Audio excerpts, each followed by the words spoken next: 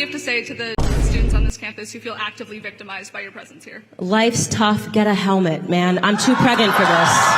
Next question.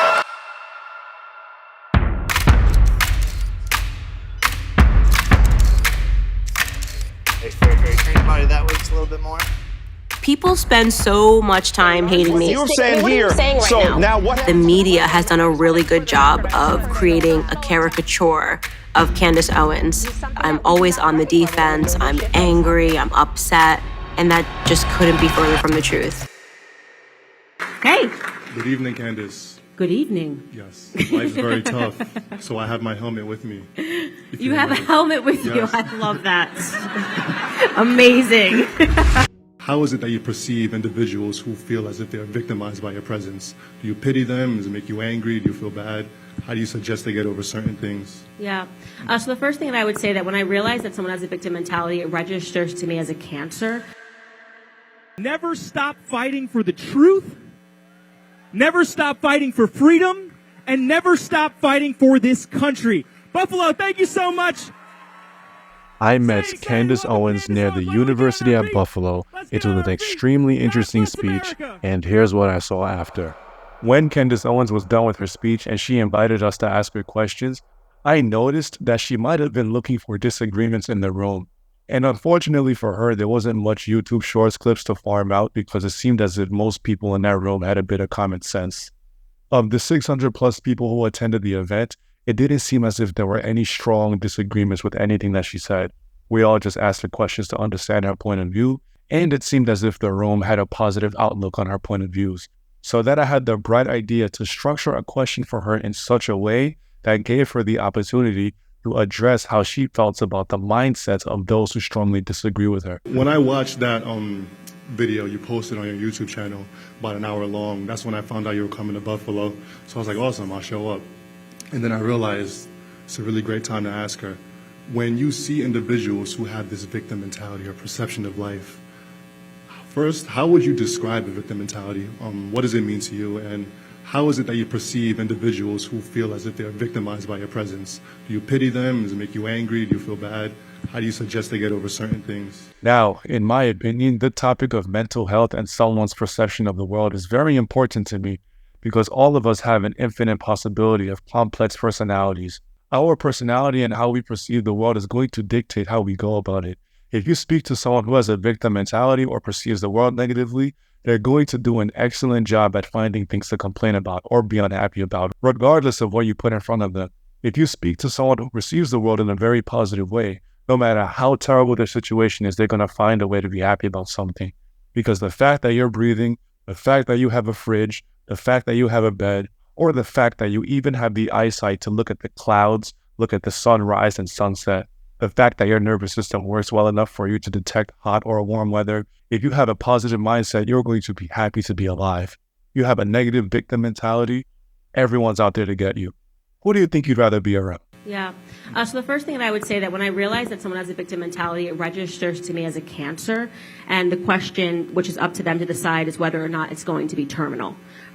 Which is why I say, you know, you can keep following this mentality. You can see yourself as a victim all you want. You're just going to be in your own way in life. If you think everyone is your enemy and everyone's out to get you, and that hatred consumes you, you will make no connections in life. You will have no friends. People will see you as someone they don't want to be around, and it's just going to be hard for you to go forward. And so when I encounter people like that, like on a college campus, I guess it depends on how pregnant I am, because on that day I was way too hot. And really, genuinely, I feel like I just have to be their mothers, because I don't even tolerate that. It's very weird to me for, someone who's 20 years old to come up to me and say, how would you feel about, I have toddlers and they don't ask these sorts of things. And if they did, I say to my 2-year-old son all the time, toughen up, buttercup. This is what I don't want to do this. Toughen up, buttercup.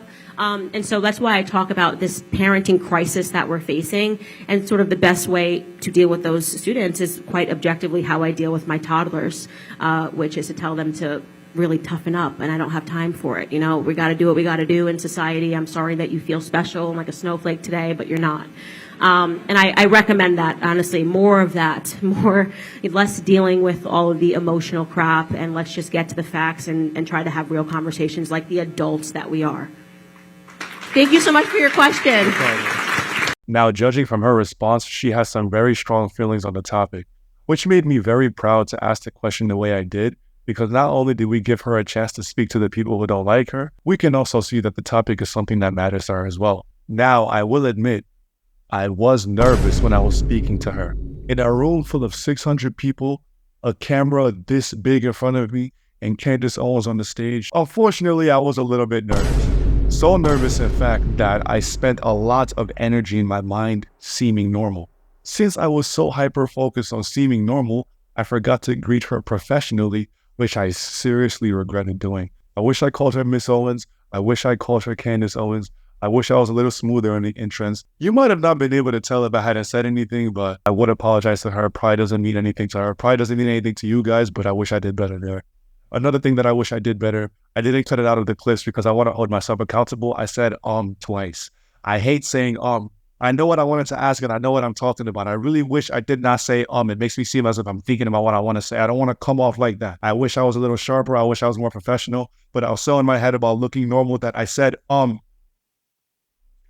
absolutely unacceptable. I don't like. Now, as I was leaving the venue, I did not anticipate there to be traffic leaving. It took me about 5 to 10 minutes to get out of the parking lot. I should have known there was about 600 people who attended the event. And as I was leaving, one of her protesters who was outside of the door was yelling about something. And, in order to get a better understanding about the situation you're in, you kind of want to hear both sides, right? You kind of want to free yourself from the echo chamber and hear what other people have to say. Because, people don't speak for no reason. There's something to learn about everybody in this world, regardless of who they are. So I wanted to take a listen. I rolled my window down. And I'm going to judge what I heard out of the context that I heard it in. I do not care to get the full context. I really don't. So this is what I heard when I rolled up the window. They are literally killing people. My house was broken into by a man. Oh my God, bro.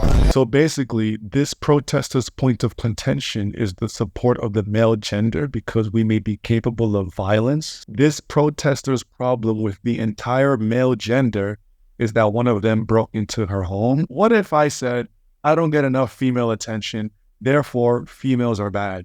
What do you say to someone with a mentality like that? You tell them, good luck finding a good one if you think all of them are bad people. How the hell are you going to start a family thinking that way? I think I know the answer. You don't. If you are still watching this video, you clearly have a certain level of understanding, common sense, or a certain level of agreement in the things that I'm saying. So I don't need to teach you this. I'm just saying this at this point. You cannot make people pay for the things that you've went through. Be a good person regardless of how you feel. At this point, man, it's whatever, man. Life's tough. Get a helmet. Hello, Buffalo! Very excited to be here. Take a seat so you can jump right into this. Wow. Feel so honored to have so many people in this room. Did not expect that.